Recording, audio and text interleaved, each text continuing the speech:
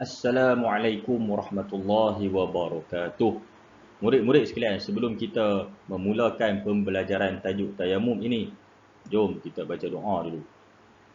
Bismillahirrahmanirrahim. Allahumma ftah alaina hikmataka wanshur alaina min khazaini rahmatika ya arhamar rahimin. Rabbi shrah li sadri wa yassir li amri wahlul 'uqdatam min lisani yafqahu qawli walhamdulillahi rabbil alamin. Objektif pembelajaran kita untuk kali ini ialah yang pertama, menerangkan pengertian tayamum. Okey, apakah itu tayamum? Yang kedua, menjelaskan rukun dan sunat tayamum. Apa perkara yang wajib, apa yang sunat. Kemudian yang ketiga, menerangkan sebab-sebab yang mengharuskan tayamum. Okey, sebab apa yang kita boleh tayamum? Kita tak boleh suka-suka hati kita. Kita rasa hari ini nak tayamum, esok nak berwuduk je biasa. Tak boleh. Dia mesti ada syarat dan juga sebab-sebab yang tertentu. Okey, kamu boleh rujuk buku teks muka surat 102. Jadi kamu akan dapat lihat paparan seperti ini. Okey, ada situasi di hospital. Seorang ustaz dan juga 4 orang murid yang sedang bersembang, berbicara. Okey, jom kita baca dulu. Ustaz, kaki saya berbalut. Bagaimanakah cara saya mahu berwuduk nanti? Okey, nampak murid yang kaki dia berbalut ni. Dia tanya kepada ustaz.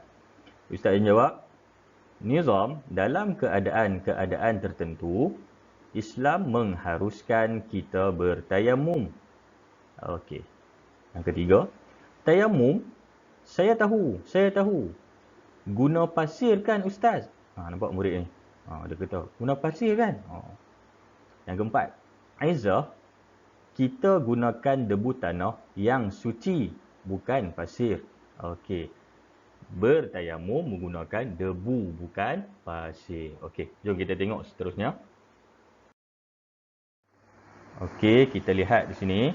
Ziarah menziarahi, amalan diberkati. Okey, jika ada kawan-kawan kita ke, saudara mara kita ke, ataupun siapa-siapa yang sakit, yang tak sihat, maka kita digalakkan untuk menziarahi mereka sambil mendoakan. Kerana ia merupakan satu amalan yang diberkati oleh Allah Subhanahu wa taala. Okey, seterusnya kita rujuk buku teks muka surat 103. Kita akan membincangkan tentang pengertian tayamum dan juga dalil nakli tentang tayamum. Okey, ini maksud dalil nakli. Kita akan lihat lebih terperinci. Okey, nampak ada satu gambar di sini. Yang pertama, pengertian tayamum. Apakah itu tayamum? Okey, jom kita baca. Tayamum bermaksud menyapu debu tanah yang suci ke muka serta kedua-dua tangan hingga ke siku dengan niat dan syarat-syarat tertentu. Okey. Ini maksud dia. Ingat. Menyapu menggunakan apa? Debu tanah. Syarat dia mesti suci debu tanah tu. Okey, kita sapu ke muka serta kedua-dua tangan.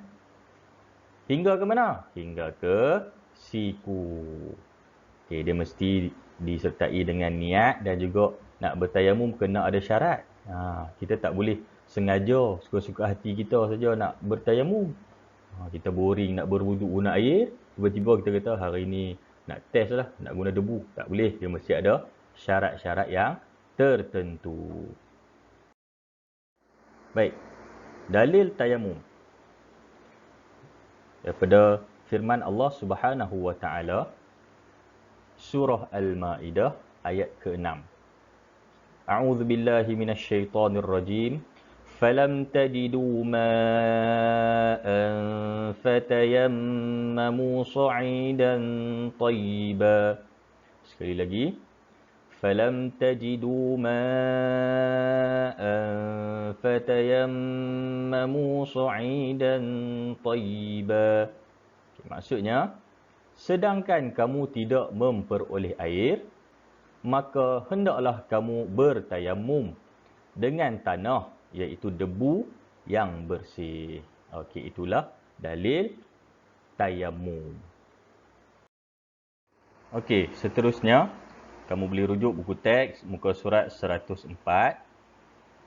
Kita akan membincangkan tentang rukun tayamum, sunat tayamum dan juga sebab-sebab yang mengharuskan tayamum. Jom kita tengok satu persatu.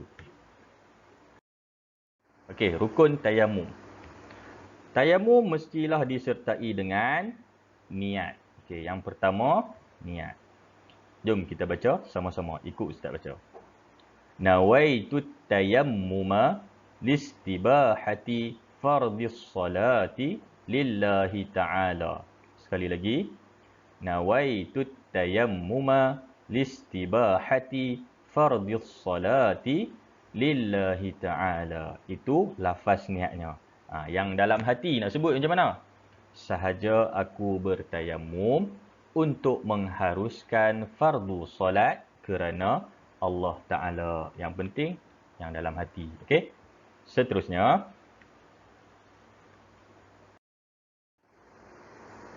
Okey.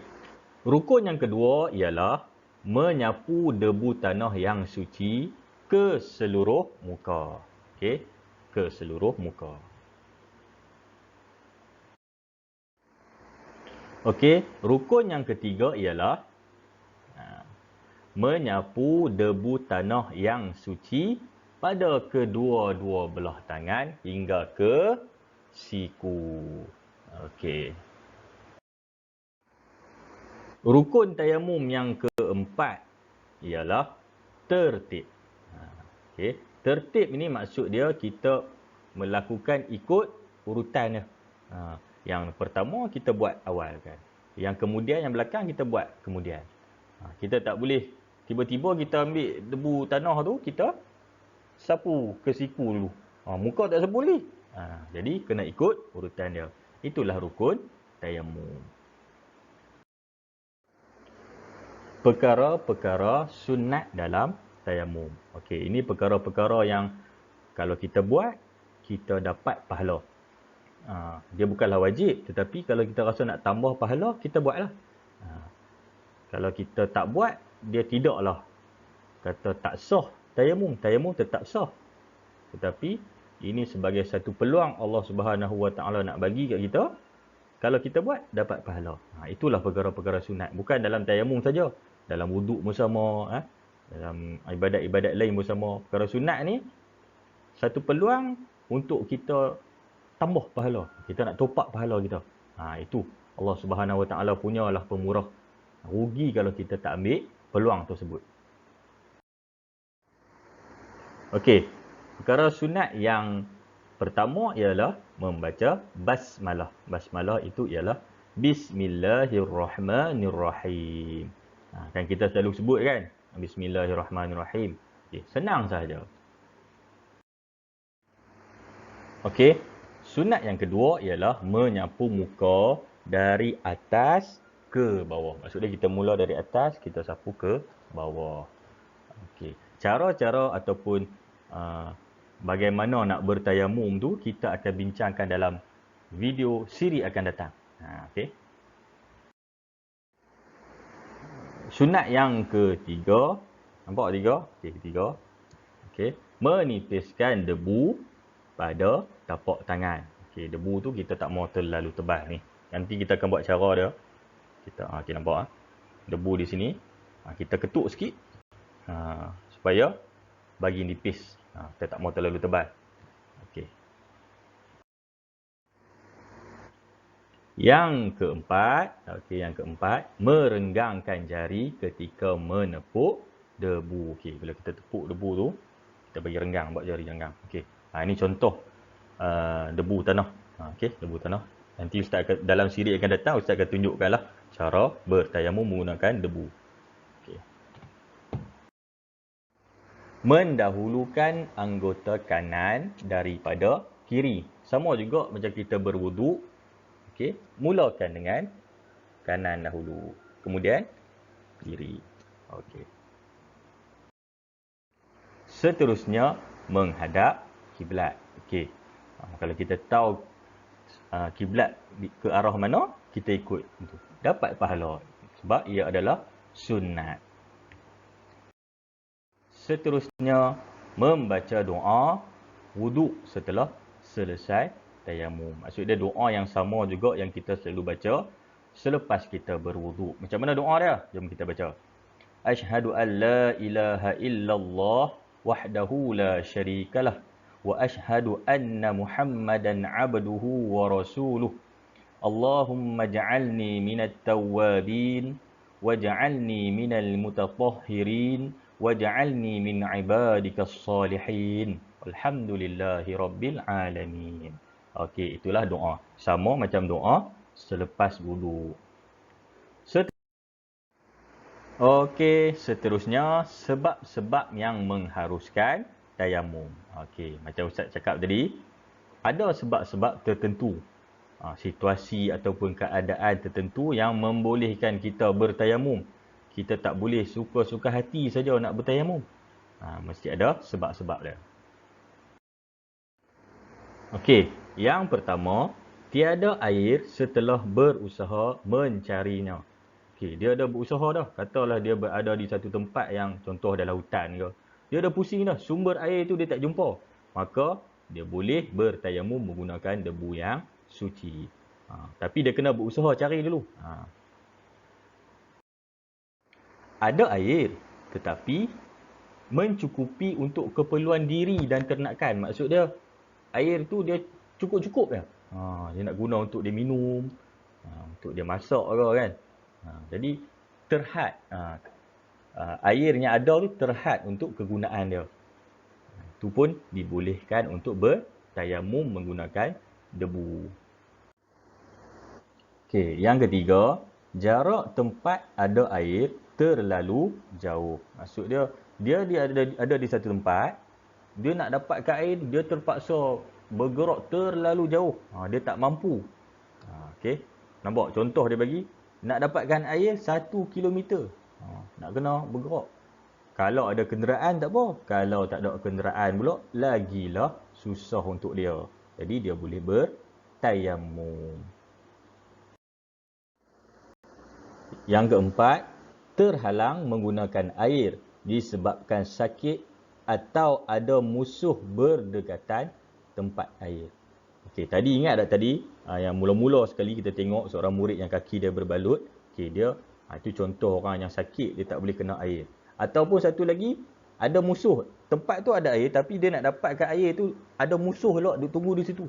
Boleh mengancam ataupun membahayakan diri dia. Maka ketika tu dia kena fikir, kalau aku pi sana sat lagi bahaya pula kan. Mungkin kena bunuh ke, kena culik ke kan. Jadi dia boleh bertayamum. Yang kelima, cuaca terlalu sejuk sehingga memudaratkan.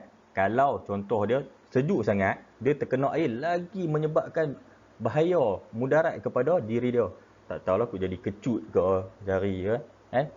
Dia boleh bertayamum.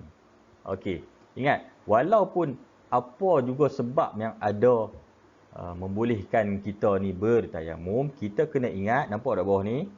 Taati Allah, iman bertambah.